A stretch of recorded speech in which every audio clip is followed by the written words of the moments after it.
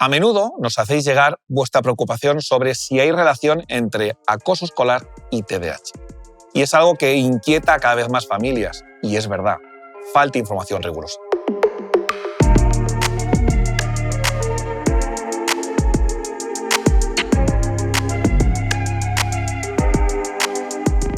Estoy seguro de que os sonará la frase «es que este niño es muy movido», «es que no para quieto», «es que tiene mucha energía» o incluso «es que es TDAH». Pero, ¿qué quieren decir las siglas TDAH? Bueno, pues TDAH significa trastorno por déficit de atención con hiperactividad. El TDAH es uno de los trastornos más diagnosticados en la infancia y en la adolescencia, además de ser una de las dificultades por las que más consultan los padres a un profesional de la salud mental. Parece que la etiqueta diagnóstica TDAH se ha convertido en un cajón desastre, donde vamos metiendo a todos aquellos niños nerviosos, inquietos y que no atienden, sin llegar a la verdadera raíz del problema que tienen. Los estudios científicos llegan a la conclusión de que es un trastorno que padece en torno a un 7% de la población infantojuvenil. Y es importante ser rigurosos. ¿Por qué? Porque el TDAH es un factor de riesgo de cara a sufrir acoso escolar. Y lo es por varias razones.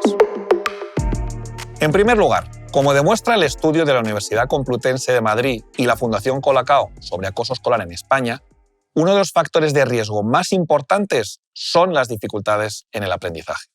Fijaos, el 34% de las víctimas de bullying, es decir, 1 de cada 3, reportan alguna dificultad de aprendizaje.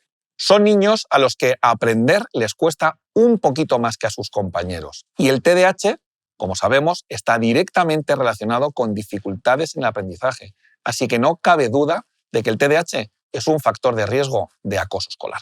En situaciones de acoso escolar, cualquier pequeña diferencia entre los niños se amplifica, se señala y se convierte en un motivo de burla y de hostigamiento. Hay casos donde el niño al que se hostiga y se coloca en el foco de las burlas simplemente tiene un color de pelo diferente, un apellido diferente. Cualquier rasgo anecdótico puede servir de excusa para que se victimice a un niño. Por otra parte, es habitual que un niño con TDAH tenga rasgos de comportamiento que lo vuelvan especial, único o simplemente algo diferente de sus compañeros. Y esa diferencia en sí misma es, de nuevo, un factor de riesgo. Además, un mal diagnóstico de TDAH o simplemente no trabajar bien con un niño que necesita una atención especial también puede llevar a conductas problemáticas de este niño con sus compañeros. Hay un tipo de víctima de bullying muy bien definida por los expertos en acoso escolar que se caracteriza por una tendencia excesiva e impulsiva a actuar, a intervenir sin llegar a elegir la conducta que puede resultar más adecuada a cada situación, con problemas de concentración, llegando incluso, en algunos casos, a la hiperactividad y conductas irritantes. En muchas ocasiones, este tipo de víctimas reconoce que participa en agresiones, siendo identificadas entonces como víctimas y acosador al mismo tiempo. Por lo tanto, el TDAH es un factor de riesgo de cara a verse involucrado en situaciones de bullying. Por eso es fundamental que las familias aprendamos a entender el TDAH con rigor, porque en la diferencia entre un buen o un mal diagnóstico nos jugamos mucho. ¿Qué es el TDAH? El TDAH es uno de los 6 trastornos del neurodesarrollo, como son el TEA, el trastorno del espectro autista, y trastornos del aprendizaje, como por ejemplo la dislexia. Todos ellos comparten la característica de que son crónicos, es decir, que no se curan, aunque sí que podemos ayudar a estos niños y a estas niñas a amortiguar sus síntomas. Ahora bien, ¿qué quiere decir trastorno del neurodesarrollo? Bueno, todos los trastornos del neurodesarrollo comparten la característica de que el cerebro se desarrolla de manera más lenta y diferente de lo que corresponde por edad. El principal problema del TDAH es la inmadurez en la corteza prefrontal. Esta parte del cerebro es la que nos permite concentrarnos, controlar nuestros impulsos, gestionar nuestras emociones, planificarnos y motivarnos ante tareas que nos resultan aburridas y monótonas. Los principales síntomas del TDAH ya los conocéis, son dificultades para concentrarse, controlar los impulsos, la impulsividad o lo que es lo mismo, las consecuencias naturales de no tener desarrolladas las funciones ejecutivas que se asientan en la corteza frontal que acabamos de mencionar. La investigación demuestra que en el caso del TDAH puede haber hasta un 30-35% de inmadurez en relación a la edad cronológica del menor. Esto es una barbaridad. Esto quiere decir que si mi hijo cronológicamente tiene 9 años y está diagnosticado de TDAH, según los estudios, puede llegar a tener hasta incluso un desfase en ese desarrollo cerebral equivalente a un tercio. Es decir, mi hijo tiene 9 años, pero cerebralmente hablando tiene 6 años. Esto va a tener implicaciones muy grandes sobre su capacidad de concentración, sobre su capacidad de control de los impulsos, su capacidad de automotivación. Y esta es una de las grandes repercusiones que tiene el TDAH y los trastornos del neurodesarrollo. Pero cuidado, estamos hablando de inmadurez cerebral. El TDAH, no debemos olvidarlo, es un problema en la wifi cerebral, en la conexión entre las distintas zonas cerebrales. No es un problema intelectual. De hecho, los menores con TDAH suelen tener una inteligencia normal o por encima de la media. El TDAH es uno de los trastornos donde la parte genética tiene mayor peso, llegando a tener hasta un 70 u 80% de carga. Existen una gran cantidad de mitos en relación a este trastorno del neurodesarrollo. Por ejemplo, a los profesionales de la salud se nos pide constantemente que administremos la prueba del TDAH, algo que no existe, ya que es un trastorno tan complejo que no se puede evaluar con una única prueba. Otra falsa creencia es que los dispositivos tecnológicos causan TDAH. No es así. Claro que las pantallas hiperactivan y ponen nerviosos a nuestros hijos, claro que sí, pero de ahí a decir que causan TDAH hay una gran diferencia.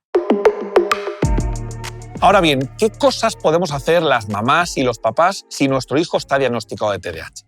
Bueno, yo podría recomendar muchas cosas, pero me voy a centrar en 3. En primer lugar, entender que el TDAH no es un problema de actitud, no es un problema de vaguería, sino que, como ya hemos visto, es un problema en la maduración del cerebro. Es un problema en la wifi cerebral. En segundo lugar, debemos mirar a nuestros hijos de manera incondicional, lo que implica no juzgarles. Debemos guiarles, atenderles y quererles independientemente de sus resultados académicos y su comportamiento en el aula. Y en tercer y último lugar, en caso de que la situación nos desborde, pedir ayuda. Ser conscientes de nuestras limitaciones, de nuestras angustias, de nuestras ansiedades, es sinónimo de valentía y, por supuesto, de responsabilidad.